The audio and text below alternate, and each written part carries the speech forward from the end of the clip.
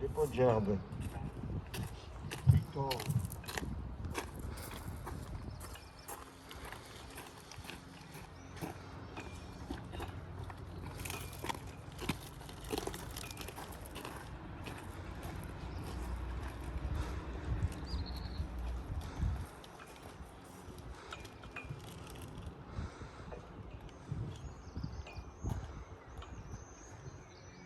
Sonnerie aux morts.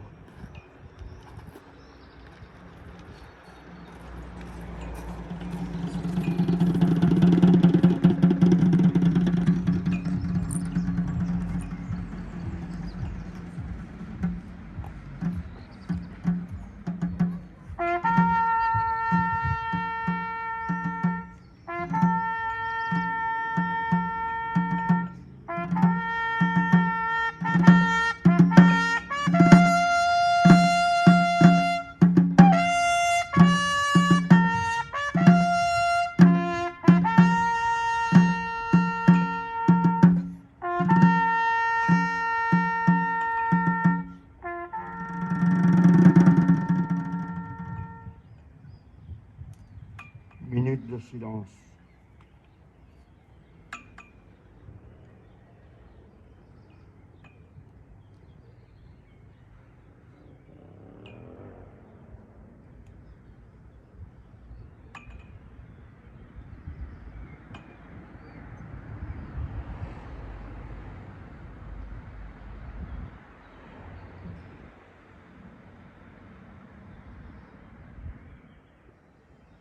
Marseillaise.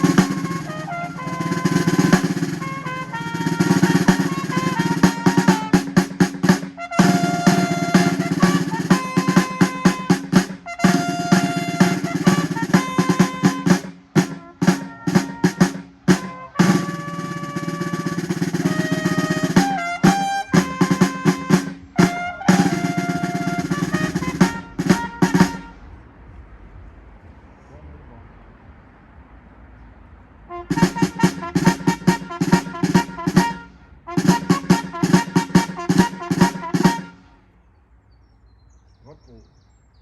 Déposer le drapeau.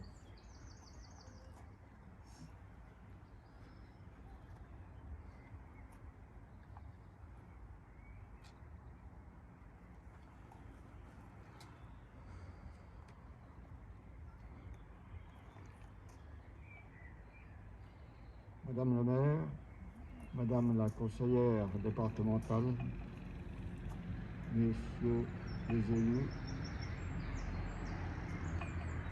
Monsieur le responsable de la gendarmerie, Monsieur le lieutenant et les pompiers du Rénoncourt, les associations, la musique notamment. Mesdames, Messieurs, encore une manifestation patriotique placée sous le signe de la police. Ce qui nous contraint de faire cette manifestation avec un effectif réduit naturellement. Je vous remercie de votre présence qui doit marquer l'hommage à tous ceux disparus, tués, exterminés dans des camps de concentration, torturés, fusillés pour les résistants ou simplement victimes civiles des bombardements. Nous pensons aux rescapés qui vivent avec le souvenir de ces événements. Je profite de cet hommage pour rappeler la disparition ces derniers mois de 3 de nos camarades. À 20 ans, ils ont participé activement à la résistance et à la libération de la France.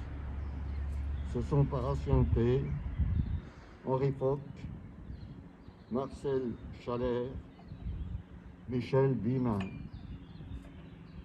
tous trois faisant partie des anciens combattants d'Hérimoncourt.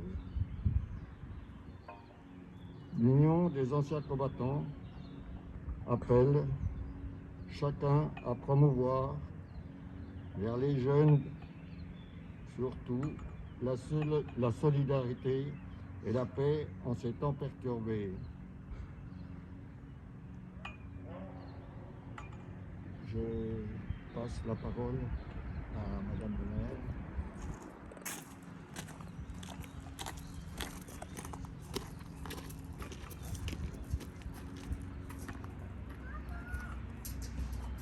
Merci.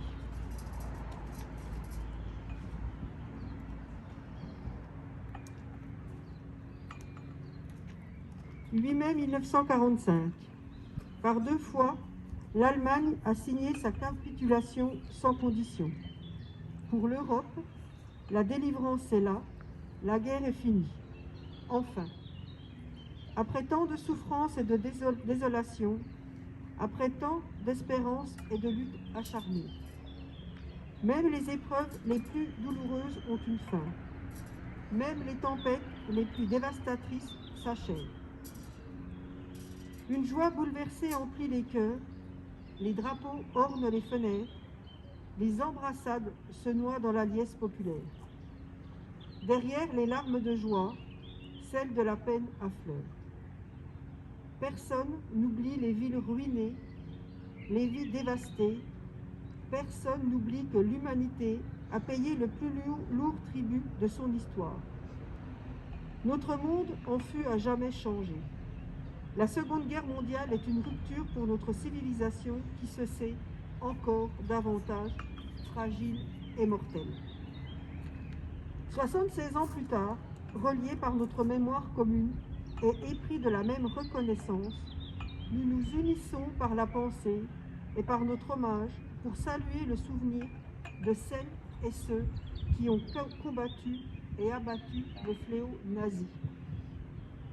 Pour notre pays, rien ne fut simple. Ce combat prit de nombreux visages et la victoire mille chemins. Malgré les ardents soldats de Montcornet, d'Abbeville, des Alpes, de Saumur et tous ceux de 40, l'ombre de l'occupation, de la division puis de la collaboration a jeté son voile obscur sur la France. Il y a 80 ans, en 1941, les flambeaux de la résistance brillaient déjà. Le flot du refus et de l'espérance montait, tandis que la répression forgeait son funeste souvenir à Châteaubriand, au camp de Souges ou au Mont Valérien. La France libre recevait les ralliements des territoires ultramarins et poursuivit son inlassable épopée. Dans les sables de Koufra, elle nouait un pacte avec la victoire et par la voix du colonel Leclerc regardait déjà vers Strasbourg.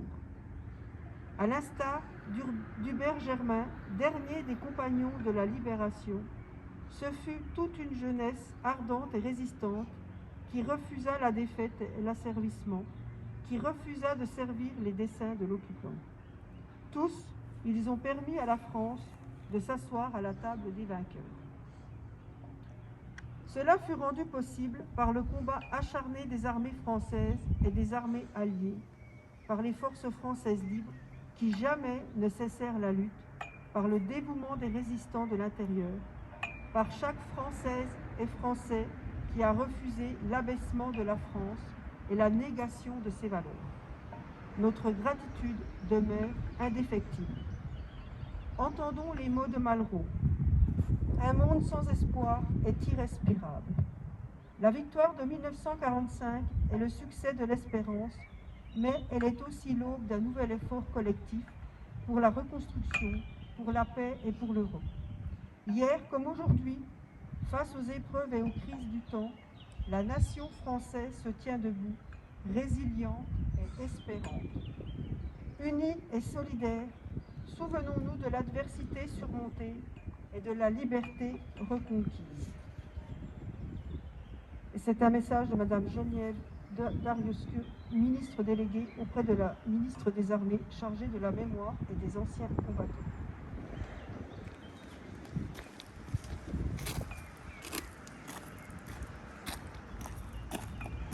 Mesdames, Messieurs, je déclare l'hommage rendu. Vive la paix, vive la République, vive la France.